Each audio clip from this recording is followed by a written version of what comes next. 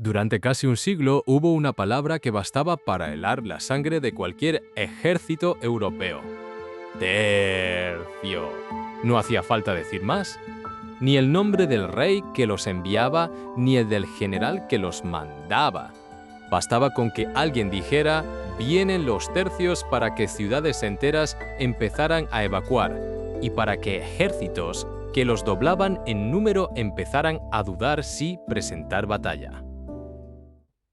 Esta es la historia de la infantería española que dominó los campos de batalla de Europa durante más de 100 años, desde las llanuras de Italia hasta los canales de Flandes. Una historia de disciplina brutal, de innovación militar, de sitios que duraron años y también de motines, hambre y traiciones. Porque el precio de mantener invencible a un ejército durante generaciones resultó ser altísimo, y no siempre lo pagó quien debía. Y esta es también la historia de cómo, incluso el ejército más temido de su tiempo, termina por caer. Para entender a los tercios, hay que retroceder unas décadas antes de que existiera siquiera el nombre. A finales del siglo XV, un noble castellano llamado Gonzalo Fernández de Córdoba, luchando en las guerras de Italia, se dio cuenta de algo que cambiaría la guerra europea para siempre. Ni la caballería pesada medieval, tan admirada durante siglos, ni las masas de infantería desorganizada, podían enfrentarse con garantías a las temidas picas suizas, formaciones cerradas de soldados armados con lanzas de más de 5 metros que arrasaban cualquier cosa que se les pusiera delante. La solución de Fernández de Córdoba, conocido después como el Gran Capitán, fue combinar lo mejor de varios mundos. Piqueros que protegían la formación del asalto de la caballería enemiga y soldados equipados con armas de fuego portátiles. Primero arcabuces, después mosquetes, que podían disparar a distancia antes de que el combate cuerpo a cuerpo comenzara. Esta combinación de pica y arma de fuego sería la base de toda la infantería española durante los siguientes 150 años. La organización formal en tercios, como tal, llegaría más tarde, hacia 1534. Bajo el reinado del emperador Carlos V. El nombre viene de que originalmente cada unidad se dividía aproximadamente en un tercio de piqueros, un tercio de soldados con espada y rodela, y un tercio de arcabuceros, aunque con el tiempo esta proporción exacta cambiaría a favor de más armas de fuego. Un tercio completo podía llegar a reunir entre 1.500 y 3.000 hombres, organizados en compañías, con su propio estandarte, su maestre de campo al mando y una identidad casi de familia militar que los soldados defendían con un orgullo feroz. Lo que hizo a los tercios devastadores en el campo de batalla no fue solo el armamento, sino la formación. El llamado tercio en cuadro, un bloque compacto de piqueros con arcabuceros en las esquinas y flancos, capaz de defenderse en cualquier dirección al mismo tiempo. Frente a la caballería era prácticamente inexpugnable. Frente a otra infantería, combinaba potencia de fuego y capacidad de choque como ningún otro ejército europeo de la época. Pero la fama definitiva de los tercios no se forjó en Italia, sino en Flandes, un territorio que hoy correspondería aproximadamente a Bélgica, Holanda y partes del norte de Francia. Felipe II había heredado estos territorios de su padre Carlos V, y eran, con diferencia, los más ricos y comercialmente desarrollados de toda Europa, gracias a ciudades como Amberes o Ámsterdam. El problema era religioso y político a la vez. El calvinismo se había extendido con fuerza entre la población flamenca y holandesa, mientras que Felipe II era un monarca profundamente comprometido con el catolicismo. A esto se sumaba el descontento de la nobleza local, que veía cómo Madrid centralizaba cada vez más el poder e imponía impuestos crecientes para financiar las guerras españolas en toda Europa. En 1566 estalló lo que se conoce como la Furia Iconoclasta. Turbas calvinistas asaltaron cientos de iglesias católicas por todos los Países Bajos, destrozando estatuas, retablos y reliquias que consideraban idolatría. Para Felipe II, aquello fue la gota que colmó el vaso. La respuesta que decidió enviar cambiaría la historia militar europea. Un ejército profesional, veterano de las guerras de Italia, marcharía hacia el norte para restaurar el orden por la fuerza. Al frente de ese ejército pondría a uno de los generales más disciplinados y más temidos de toda la nobleza española. Fernando Álvarez de Toledo, el tercer duque de Alba, llegó a Flandes en 1567, al frente de un ejército de unos 10.000 veteranos de los tercios, tras una marcha larguísima desde Italia, conocida como el Camino Español, una ruta terrestre diseñada precisamente para evitar el peligroso paso por el Canal de la Mancha, dominado por barcos ingleses y protestantes hostiles. Una vez en Flandes, Alba estableció un tribunal especial que la población local bautizaría, con amargo humor negro, como el Consejo de los Tumultos, aunque pasaría a la historia con un nombre aún más siniestro, el Consejo de Sangre. Miles de personas fueron procesadas por herejía o rebelión, y varios miles fueron ejecutadas, incluidos nobles de primer nivel como los condes de Egmont y Hoorn, cuya ejecución pública en la Grand Place de Bruselas escandalizó a media Europa y radicalizó aún más a la resistencia local.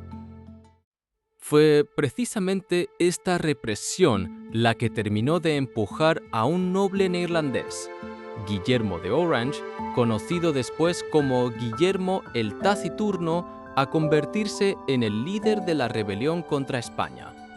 Lo que había empezado como disturbios religiosos se transformó, a partir de este punto, en una guerra abierta que se prolongaría con altibajos durante 80 años, la que la historia recordaría como la Guerra de los 80 años o la Rebelión Holandesa.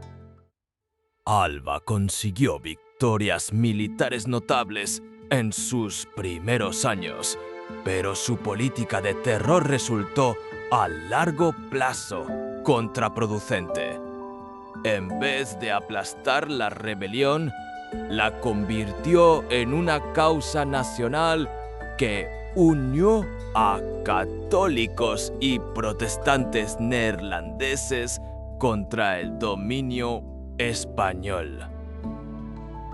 Felipe II terminaría por relevarlo del cargo, pero el daño político ya estaba hecho. Uno de los grandes problemas de mantener un ejército profesional tan lejos de España, campaña tras campaña, año tras año, era el dinero. La corona española, pese a la plata que llegaba de América, se declaró en bancarrota en varias ocasiones durante este periodo, y los envíos de paga para los soldados en Flandes se retrasaban con frecuencia, a veces durante años. Esto llevó a algo que hoy sorprende a quien no conoce bien la historia militar de la época.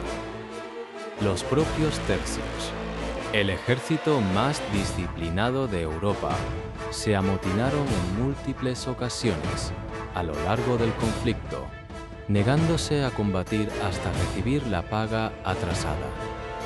No era un signo de debilidad militar, sino de una realidad económica insostenible.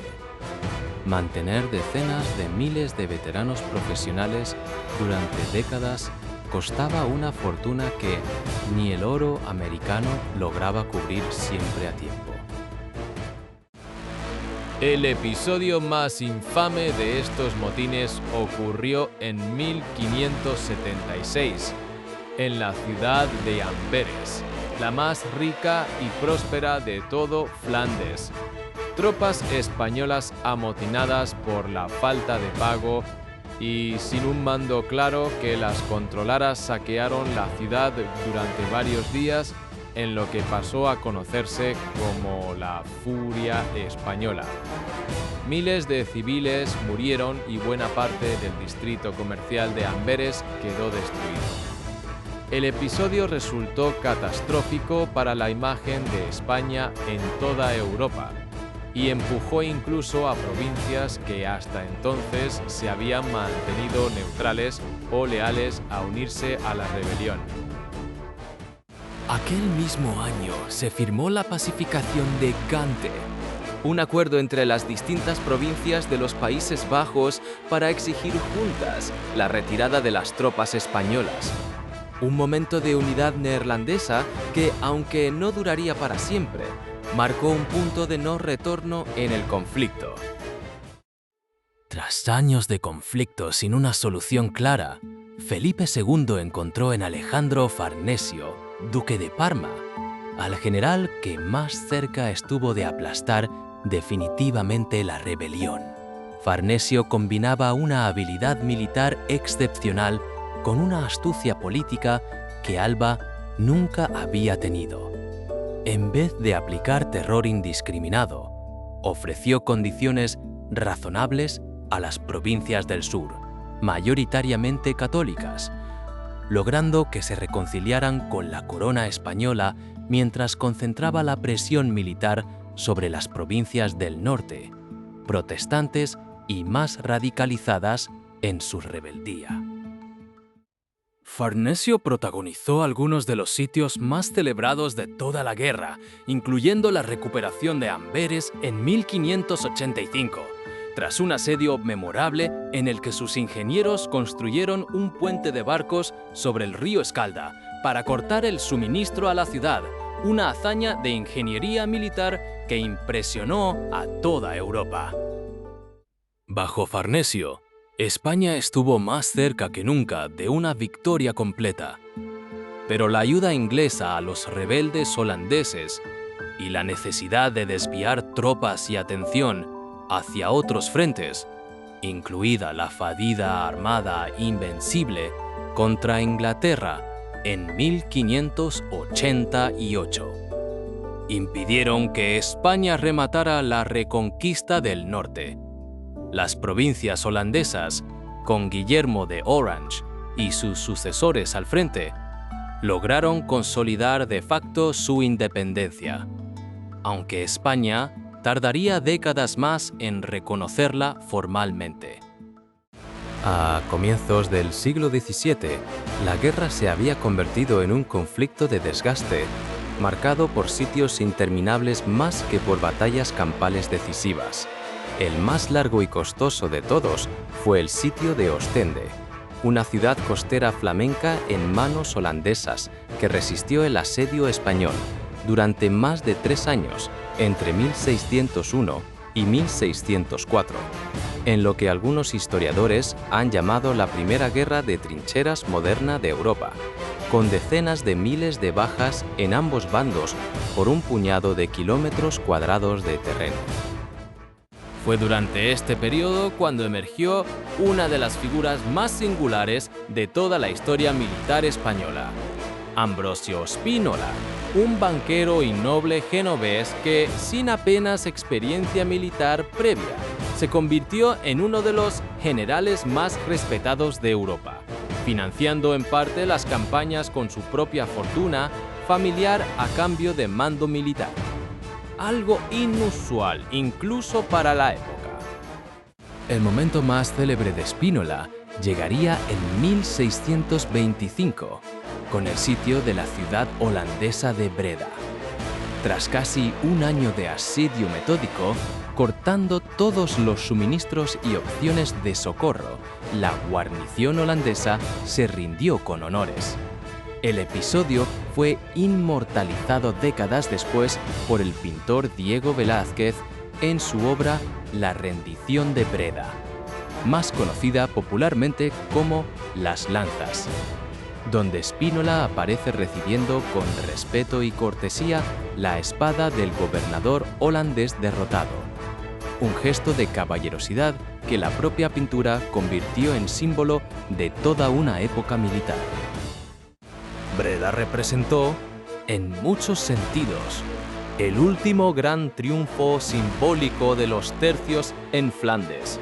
A partir de ahí, la balanza empezaría a inclinarse, lenta pero inexorablemente, en la otra dirección.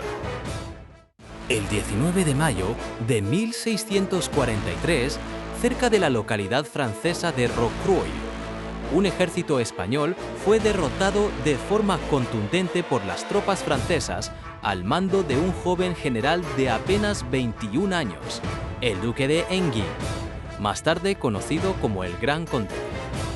Durante mucho tiempo, la historiografía popular convirtió Rocroi en el mito fundacional del fin de los tercios invencibles. La batalla en la que la leyenda se rompió para siempre. La realidad histórica es algo más matizada y por eso merece contarse bien.